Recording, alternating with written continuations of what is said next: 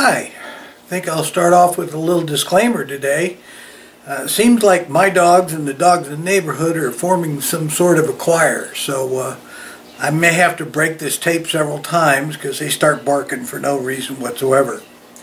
Also, you may notice a little blue tint to my hands while I'm working. I did some work out in the ponds today and some of the chemicals turned my hands a little blue. Anyway, what I'm going to try to do today is I'm going to try to do another tutorial on some of Jim Trelikes' work on the olive branch. Now this is a variation that's become pretty popular lately. Some call it razor wire, some call it saw blades. To me it looks like a bandsaw blade, so I like to call it a saw blade. It's just a variation off the olive branch, and it's really attractive, fairly easy to do, and I'm going to see if I can capture it on film for you really close up so you can see the twist and the thread and stuff like that. Also have a little bit of a throat problem. These things happen when you get older and things don't return to normal as fast as they usually do. So I'll get started here pretty soon. I'm going to try to get the camera set up so I can get some really precise pictures.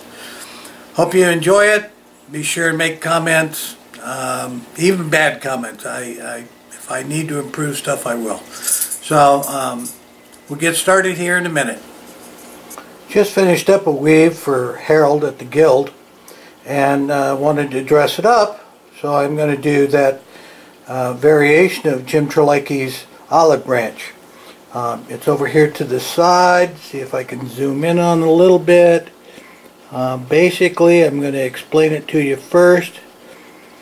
There's two thread inlays, then a single white inlay, then this variation, and then back out the same way I came in. The two thread inlays are a darker blue and a lighter blue, then the white, then the pattern comes out, the saw blade pattern comes out in metallic gold with a space between with the black and then metallic gold, and then back out on the other side of the variation. Let's see if I can get this set up so you can see how it's done. Alright, I'm set up and getting ready to go here. I'm doing the inlays. I'm going to put the thread in, of course, on the back side of my artwork. That's just the way I like to do it, so that nobody sees any minor little blemishes that I have, because they're on the back side of the rod. Anyway, I'm going to be putting 4 strands of thread in. Now, how you want to do it depends upon the way you've done things in the past. Some people start their inlays by putting a loop in, wrapping over the loop, putting the thread in, pulling them underneath the main thread, and then starting their inlays. I'm experimenting a little bit here with a different way to do it. What I like to do is put my thread in, stretch it across the rod, tack it to the rod to keep it straight on a couple of pieces of tape. I'll run down the rod so that you can see what I'm talking about. There's a piece of tape, and there's a piece of tape. Okay, get back here to my work area. Now I'm going to get down there and start the inlays, start putting the thread in, and then show you kind of the way I am going to duplicate the other side here. Notice the 2 pieces of tape. I'm going to take the light blue thread, put it under the main thread, and go across and tack it on these 2 pieces of tape. Then I'm going to take the dark blue. Actually, I'm going to reverse that. I'm going to put the dark blue in first.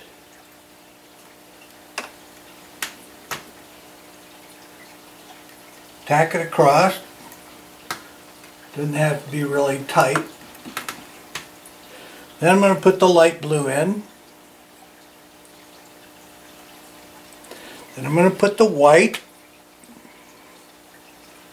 This is kind of the order in which I'm going to be coming to them in my inlays, so just the way I do it.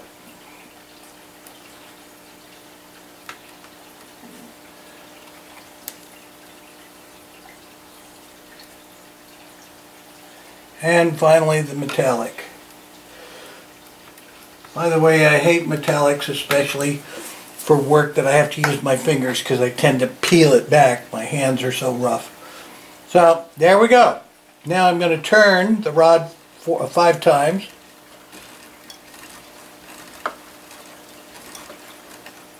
So they're all anchored down. And then I'm ready to start my little creation. Ready to go. First thing I'm going to do is pull my dark blue and light blue threads up off the tape and get them ready to inlay. Now when I set this up, I wasn't thinking properly, and I realized that I have to have, if I'm going to match the other side, I'm going to have the dark blue on the outside, which is simple to fix. I just pull up on the light blue, pull down on the dark blue, and they're in the right order now. Don't know if you can see that. I just basically pulled them across. Now I'm going to do 2 turns with 2 threads.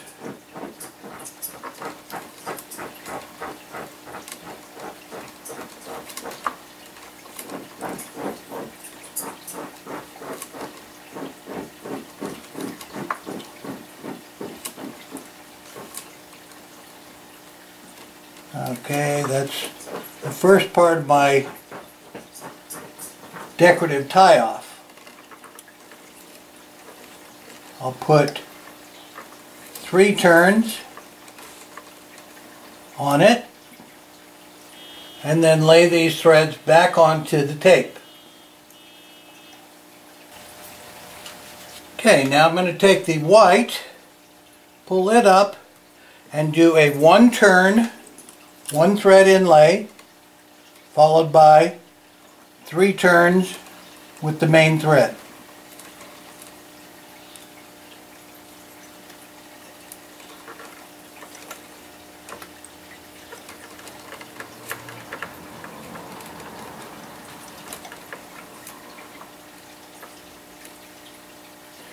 Then I'll put the white thread back in place on the tape.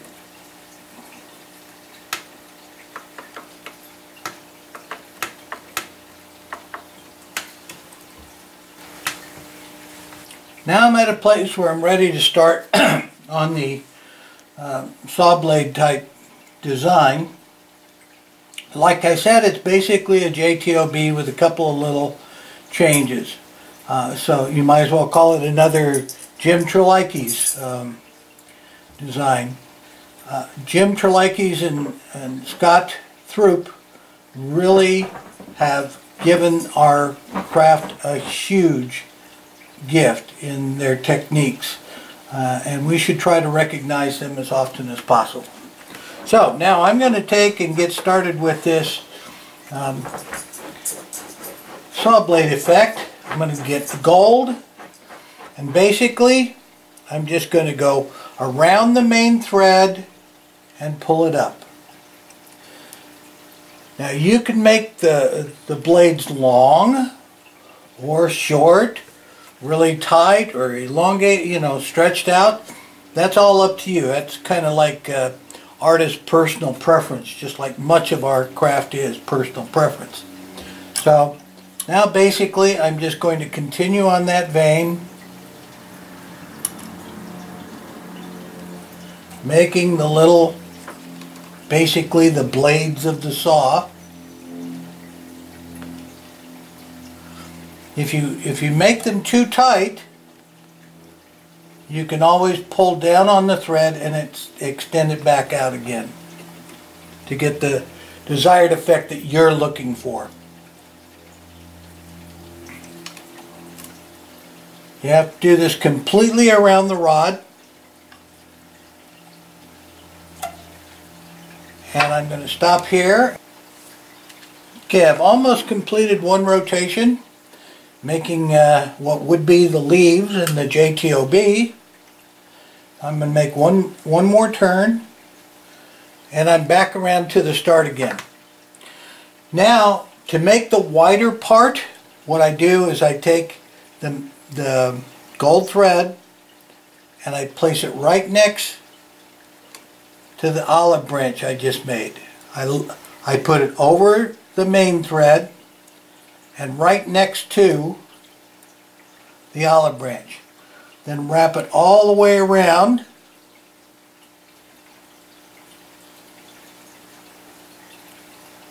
That's one rotation. Again, back over the black, all the way around.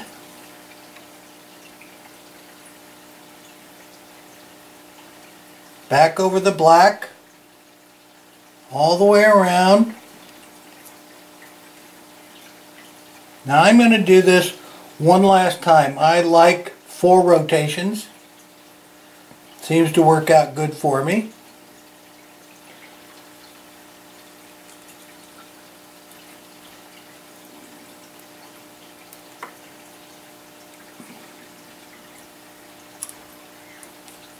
Now I'm going to take my black thread, bring it up high here, hook it over the gold to anchor it down, and then I'm going to take my black around, and I'm actually using the thread, the main black thread, as a burnishing tool.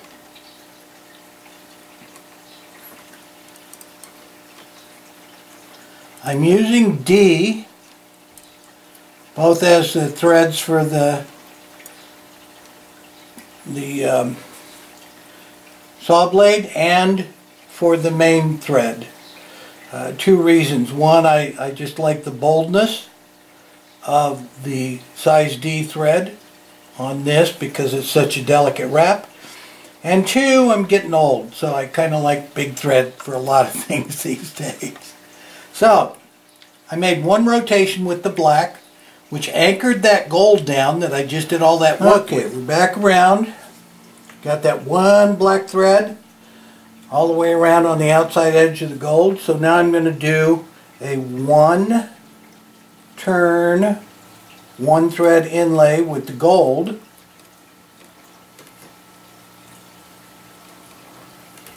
Get back around. And now I'm going to start the I'm going to start the back side of the saw blade. As you can see, we've got the olive branch, what would be the band of the saw blade, a black thread, a single gold thread, and now I'm going to start laying in a solid gold section again. So basically, I have to go over the black thread, just like I did on the other side. Go over the black thread, lay the gold next to the black thread all the way around, and I'm going to do that 4 times just like I did on the other side.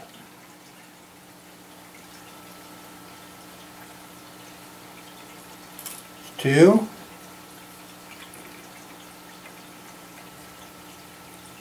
three,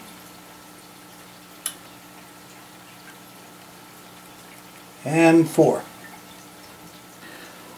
Now what I'm going to do is a little housekeeping here. I brought the black back up. I'm going to go over the gold and just use the black to burnish these gold back tighter all the way around. Then I'm going to go backwards and get back to where I need to make my saw blades.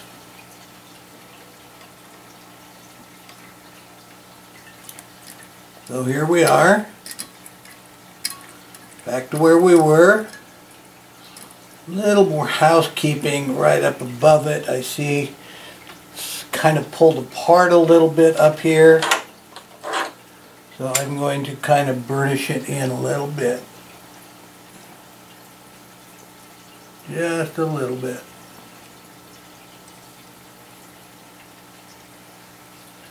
Okay. Now I'm going to make the blades just the way I did on the other side. Go over the black thread, bring it up. Go over the black thread, bring it up. All the way around to where I just started. Now I'm ready to go back out the outside of the other side of the pattern. I finished the saw blades. As you can see, came around. I put 3 bands of black on. You see this gold thread is way below the others. It doesn't show that I made a mistake. Actually, it will look just the same as the rest of the tie-off when I'm done. I just wanted it down a little lower so that I get the other threads to work with. Now I'm going to take the white one and I'm going to put a 1 thread inlay with 1 turn of the white. Anchor it back in position.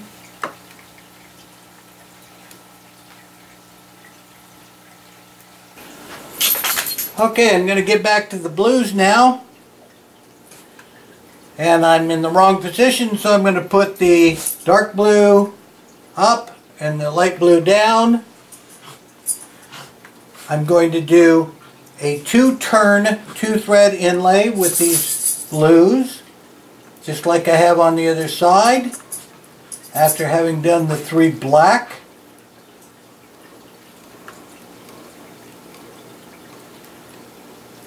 Okay, I'm going to anchor this in place with probably 2 or 3 turns, using the main thread to burnish everything back. That's 2, 3 turns. Now I'm going to cut these threads, fuzz off the ends, and then wrap over them. Okay, I've taken and cutting the threads, the inlay threads. I fuzzed the ends of them so they're easy to wrap off of. I've got 3 turns. This is the 4th turn, the 5th turn. Now I'm going to take a loop. I'm going to add a loop in.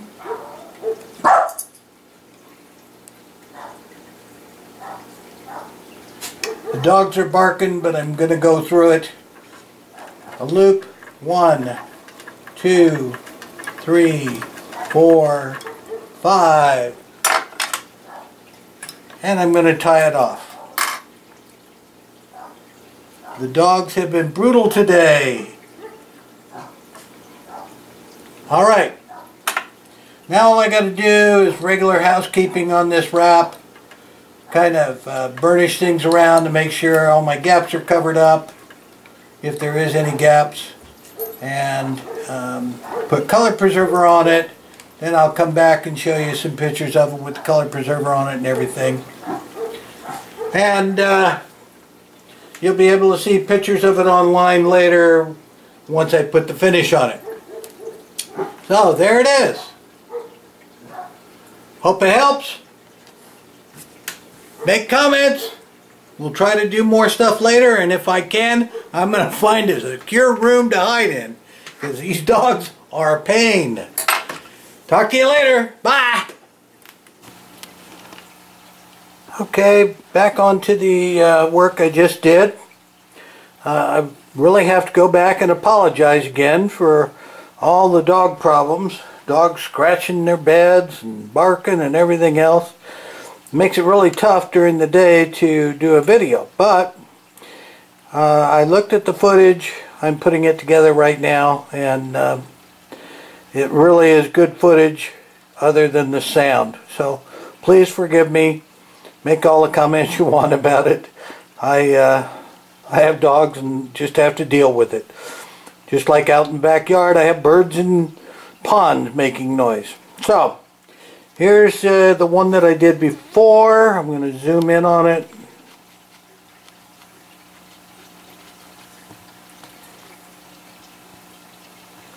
Sorry for the blur. It'll clear up in a second here. Okay. There's the first one I did. Tie-offs came out pretty straight on that one.